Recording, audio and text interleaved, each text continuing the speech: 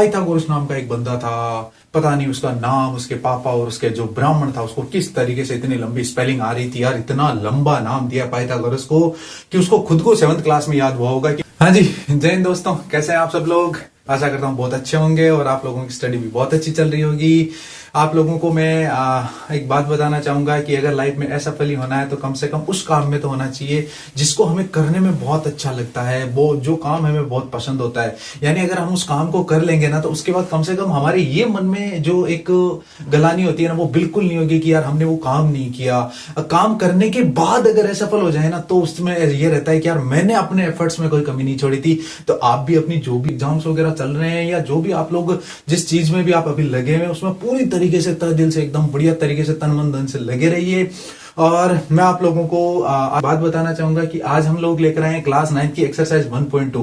देखो एक्सरसाइज 1.2 में हम लोग दो जो बड़े नंबर्स के बीच में एक जो फाइट है वो देखेंगे। एक रहेगा रेशनल नंबर और एक रहेगा इरेशनल नंबर। देखो रेशनल और इरेशनल नंबर्स के बारे में हम पहले थोड़ा सा डिस्कस करते हैं। क्या होते हैं रेशनल नंबर्स, क्या होते हैं इरेशनल नंबर्स। एक बार क्या होता है, मैंने क्लास में किसी बच्चे से पूछ लिया कि बेटा ये बताओ कि इरेशनल नंबर्स क्या होते हैं। तो बच्चे का जवाब था सर वो नंबर्स जो रेशनल नहीं है वही रेशनल नंबर्स होते हैं। वैसे बच्चे की बात अच्छी थी, थोड़ा सा जवाब ऐसे सुनने में ऐसा लगता है कि यार ये क्या awkward सा जवाब दिया, लेकिन फिर भी बच्चे की बात सही थी कि जो रेशनल नंबर्स नहीं है उन्हीं को हम इरेशनल नंबर्स बोलेंगे। लेकिन इसका थोड़ा सा अपन ये भी कह सकते हैं कि इरेशनल नंबर्स वो होते हैं जिनको पी अपॉन क्यू की फॉर्म में नहीं लिख सकते हैं। रेशनल नंबर्स वो होते हैं जिनको हम पी अपॉन क्यू की फॉर्म में राइट कर सकते हैं।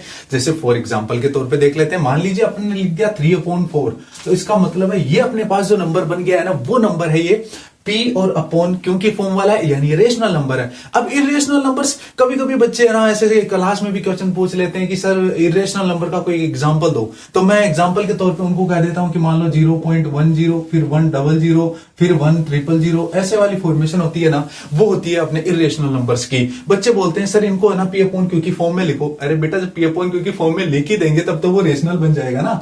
इसलिए आपको भी ध्यान रखना है कि इरेशनल नंबर्स वो होते हैं जिनको पी अपॉन क्यू की फॉर्म में नहीं लिखा जा सकता है। इनको पता लगाने का एक और दूसरा तरीका यह होता है कि जब भी ऐसे नंबर्स का अपन डिवाइडेशन करते हैं ना तो उन नंबर्स में रिमाइंडर एक तो डिफरेंट डिफरेंट आता रहता है, और एक दूसरी चीज सबसे अच्छी क्या होती है कि उसमें डिवाइड कभी भी कंप्लीट नहीं होता है। ऐसे वाले नंबर्स को हम अगर देखना चाहें ना तो हम क्या बोलते हैं, हम ऐसे वाले नंबर्स को बोलते हैं नॉन टर्मिनेटिंग नॉन रिक्यूरिंग।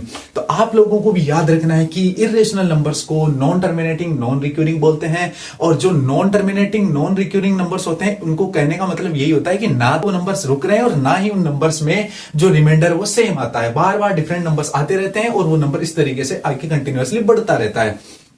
आगे अपन बात करते हैं कि क्या सर रेशनल नंबर्स और इरेशनल नंबर्स को नंबर लाइन पर रिप्रेजेंट कर सकते हैं। बिल्कुल कर सकते हैं। आगे हम ऐसा क्वेश्चन भी करेंगे कि कैसे उनको रिप्रेजेंट कर सकते हैं। देखो आपने रेशनल नंबर्स जो हैं या फ्रैक्शन वाले जो नंबर्स हैं उनको तो बहुत छोटी क्लासों में आपने नंबर लाइन पे रिप्रेजेंट करना सीख लिया था, पर इरेशनल नंबर्स के साथ ये थोड़ा सा आप लोगों ने ना बिल्कुल भेदभाव किया है कि उनको है ना अब बड़े होकर के अब उनको नंबर लाइन पर रिप्रेजेंट करना सीखोगे। पहले हमने सिर्फ रेशनल या फ्रैक्शन वाले नंबर्स को सीखा था। चलिए आज हम स्टार्ट करते हैं क्लास 9 की एक्सरसाइज 1.2। क्वेश्चन नंबर में आप लोगों के लिए डायरेक्ट सेकंड नंबर लेकर आया हूं। फर्स्ट नंबर क्वेश्चन में आप लोगों को नहीं बता रहा। अब आप पूछोगे सर क्यों नहीं बता रहे, क्योंकि वो इसलिए नहीं बता रहा हूं क्योंकि वो ट्रू फॉल्स का क्वेश्चन है, और मुझे पता है आप लोगों को अगर ट्रू फॉल्स का क्वेश्चन मिल जाए तो आप लोग क्या करते हैं, अक्कड़ बक्कड़ बम्बेशो, बस इतना करते हैं और इतने में आप लोगों के पूरे जितने ट्रू फॉल्स हैं सबके आंसर आ जाते हैं एक साथ ही। तो वो ट्रू फॉल्स का आप उसको तो खुद ही एक बार पढ़ सकते हैं क्योंकि वो तो एकदम रीडिंग टाइप वाला क्वेश्चन है। मैं आपको आज क्वेश्चन नंबर सेकंड बताऊंगा। क्वेश्चन नंबर सेकंड में आपको ध्यान से देखना है किस तरीके से हमें पूछा गया है और क्या हम उस क्वेश्चन में उसका आंसर राइट कर सकते हैं। मैं आप लोगों के लिए आंसर राइट करके लाया हूं क्योंकि इस फॉर्मेट में क्या होता है आप लोगों का थोड़ा सा टाइम है ना बहुत ही कम हो जाता है और आप ज्यादा से ज्यादा चीज सीख पाते हैं। देखिए स्टार्ट करते हैं पहले क्वेश्चन की रीडिंग करना। क्वेश्चन अपने ये कह रहा है कि are the square root of all positive integers. हमें कह रहा है कि जितने की हमें कह रहा है क्वेश्चन कि जितने पॉजिटिव इंटीजर्स हैं उन सब में अगर हम स्क्वायर रूट करें जितने पॉजिटिव इंटीजर्स हैं, यानी मान लीजिए कि 1 से लेकर के पॉजिटिव इंटीजर वही है, अगर हम उन सब का स्क्वायर रूट करें ना तो क्या सभी के सभी इरेशनल नंबर्स होते हैं। हमें ये पूछा जा रहा है। चलिए हम देखते हैं। आप लोगों को ज्यादा चिल्लाना नहीं है कि नहीं होते हैं या होते हैं, एक बार थोड़ा सा शांति बनाए रखें, थोड़ा क्वेश्चन तो पहले पूरा पढ़ें। देखो आगे क्या कह रहा है, इफ नोट, अगर ऐसा नहीं है, ये खुद ही कह रहा है। देखो हमें चिल्लाने की जरूरत ही नहीं पड़ी।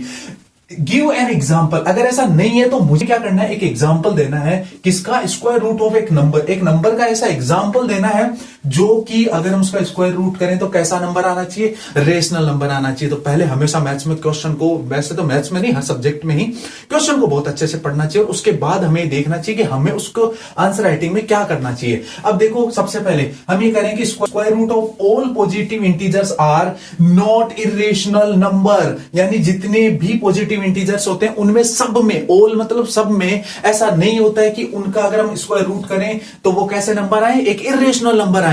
तो आगे देखो हम कुछ उसके एग्जांपल लिखते हैं। सिंस देखो एग्जांपल में देखो उसने कहा था एक एग्जांपल लिखो, अरे हमने तो पूरे 3 एग्जांपल लिख रखे हैं, कोई चिंता की बात नहीं, और भी बहुत सारे आप नंबर लिख सकते हैं, लेकिन 3 से हम इसको थोड़ा सा सेटिस्फाई कर देते हैं। 1 से तो क्या थोड़ा कम सेटिस्फाई, क्या पता हो जाए।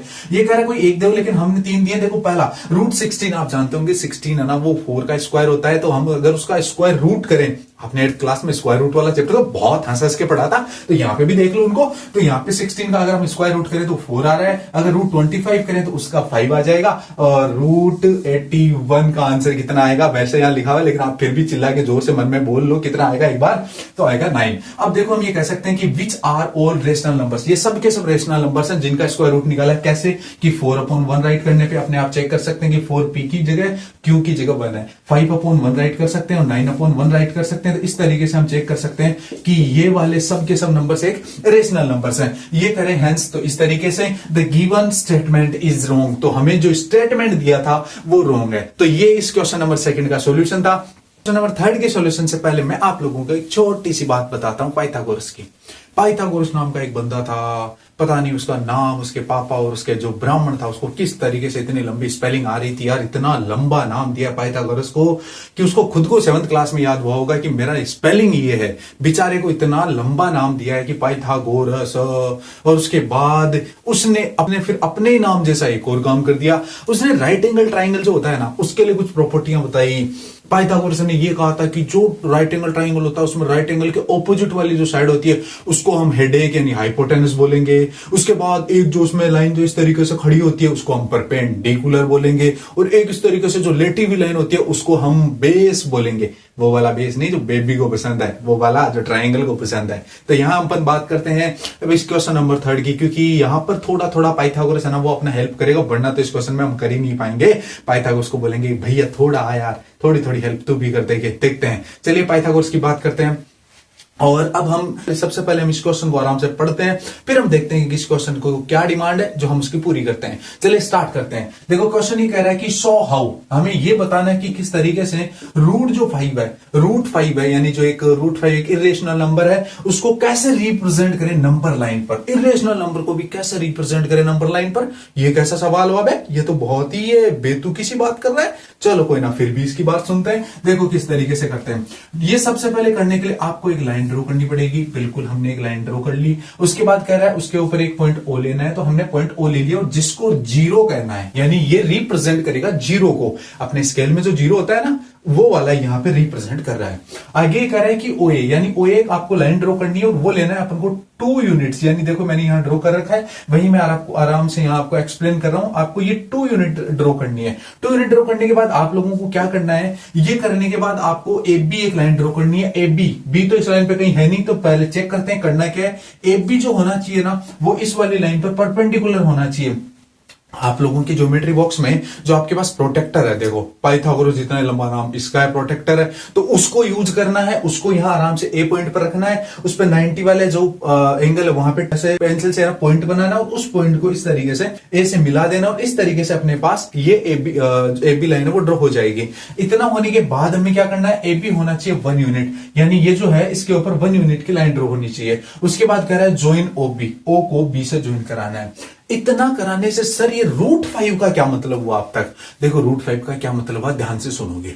रूट 5 मतलब यहां आपने 90 डिग्री का एंगल बनाया है, इसका मतलब अपने पास ए ओ बी जो ये ट्राइंगल बना है, ए ओ बी ये वाला जो ट्राइंगल बना है ये बन गया अपने पास राइट एंगल ट्राइंगल, यानी राइट एंगल ट्राइंगल, ये एंगल बन गया है, तो ट्राइंगल बन गया है। तो इस वाले आप ट्राइंगल के बारे में अच्छे से जानते हो कि ये तो अपने जो पाइथागोरस भाई साहब हैं उन्हीं का ही सब कुछ दिया हुआ है, तो उन्हीं से अपन इसको सॉल्यूशन पूछ लेते हैं, उन्हीं से इनका सॉल्यूशन पूछ लेते हैं। देखो वो क्या कह रहे हैं, वो ये कह रहे हैं कि इस ओए लाइन जो एंगल ओ है 90, इसके ऑपोजिट ये हाइपोटेनस है, यानी इस वाली साइड का स्क्वायर यानी ओबी का स्क्वायर वो इक्वल होना चाहिए जो दो रिमेनिंग साइड्स हैं ओए और अपने पास जो एबी है, तो ओए का स्क्वायर प्लस एबी का स्क्वायर।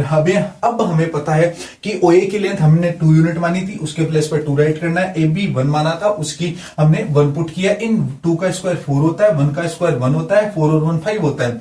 अगर अपन ओबी की वैल्यू निकालना चाहे, अगर इधर स्क्वायर राइट किया हुआ है, आप लोगों को शायद अगर मैं अब ये बताऊं कि इस ओबी के स्क्वायर को हमने कैसे रिमूव किया और उधर स्क्वायर रूट कैसे लग गया, तो शायद आपके 8th क्लास के साथ जो है नाइंसाफी हो जाएगी। कैसे हो जाएगी, ध्यान से सुनोगे। आपने 8th क्लास में चैप्टर नंबर 5 स्क्वायर और स्क्वायर रूट वाला बहुत अच्छे से पढ़ा है, फिर आप खुद ही कहोगे कि सर ये छोटी छोटी बातें बता रहे हो यार, क्या ऐसे हमारे ऐसे तो मोरल डाउन हो जाएगा। तो मैं वो बात आपको नहीं बताऊंगा कि स्क्वायर रूट किस तरीके से राइट करना, आप खुद ही अपनी जो मोरल ड्यूटी है ना उसके आधार पर खुद ही समझ जाना है, जो आपने पहले किया था कि उसको किस तरीके से सोल्व करते हैं। तो ये इस तरीके से ओबी की लेंथ आ जाएगी √5 यूनिट। ये तो आ गई ओबी की लेंथ, ये बी तो गई नंबर लाइन पे है ही नहीं भाई साहब, ये तो ऊपर हवा में उड़ रहा है। वो हवा में उड़ रहा है कोई बात नहीं, अपने भाई साहब आपको पता है इलाज करने के लिए एक कंपास भी होता है अपने पास, जो ज्योमेट्री बॉक्स होता है उसमें कंपास होता है। उस कंपास को यहां पे तो रखनी है, उसकी आयरन वाली टिप, और पेंसिल से इतना ओपन, मतलब यानी यहां से यहां तक उस कंपास को ओपन करना है। ओपन करने के बाद आराम से यहां पेंसिल से आपको डॉटेड लाइन नंबर लाइन तक लाके मिलानी है, और फिर आराम से यहां तक ये लिख देना है कि जो ओसी लाइन है जहां के पॉइंट मीट हो वहां आप लिख देना पॉइंट सी, और पॉइंट सी लिखने के बाद आराम से इसको लिख देना है कि ये वाली जो अपने पास है √5 यूनिट्स की लेंथ है। तो इस तरीके से हम जो ये इरेशनल नंबर्स हैं उनको भी नंबर लाइन पर रिप्रेजेंट कर सकते हैं। देखो मैं आपको एक साथ ही बता देता हूं, √2 √3 उनको भी हम रिप्रेजेंट कर सकते हैं। किस तरीके से करते हैं, एक छोटी सी मैं यहीं पे साथ में ही बता देता हूं। अगर आपको √2 को रिप्रेजेंट करना होता है ना, तो ऐसे ही सेम नंबर लाइन बनानी होती है। बनाने के बाद यहां से ओ से आपको एक ए तक की जो लेंथ है वो लेनी होती है, उसको लेना होता है वहां उसमें 1 यूनिट, क्योंकि √2 को रिप्रेजेंट करना है। फिर यहां से वही सेम 90 डिग्री का एंगल बनाना होता है, इसको भी अपन 1 यूनिट लेते हैं, और इसके बाद इस पॉइंट को इससे मिला देते हैं। तो जो ये लेंथ आती है, देखो 1 का स्क्वायर 1, 1 का स्क्वायर 1, और यहां आप देख सकते हैं ये होता है दोनों स्क्वायर, दोनों जो ये साइड है इनके स्क्वायर का सम। तो 1 का स्क्वायर 1, 1 का स्क्वायर 1, उनको ऐड करने पे आ रहा है 2, और अगर उधर से स्क्वायर रूट हटाएंगे तो √2, इसको भी ऐसे रिप्रेजेंट कर सकते हैं। अगर आपको √3 का चाहिए ना, तो आपके लिए मैं छोटी सी क्लिप डाल दूंगा, कोई चिंता की बात नहीं, आप लोगों को आराम से। अब ये आप लोगों को अगर दोनों जो एक्सप्लेनेशंस थे √5 और √2 वाले, आपको अगर ये अच्छे लगे तो वीडियो लाइक करें, शेयर करें, सब्सक्राइब करें। और मैं आप लोगों के लिए एक और काम कर दूंगा, जो इसका मैंने फर्स्ट पार्ट डाला था उसका मैं जो लिंक है वो डिस्क्रिप्शन में डाल दूंगा, वहां जाकर के आप चेक कर लेना कि वहां सर ने रेशनल नंबर्स को किस तरीके से बताया था कि 0 एक रेशनल नंबर कैसे होता है। तो वो वाला पार्ट भी आप जाकर के आराम से चेक कर लेना। अपने दोस्तों को भी बताएं कि टीचे में नए नए जो शॉर्ट्स और वीडियोज आ रहे हैं उनको आकर के वो भी चेक करें। और इसके साथ ही आप सभी का थैंक यू।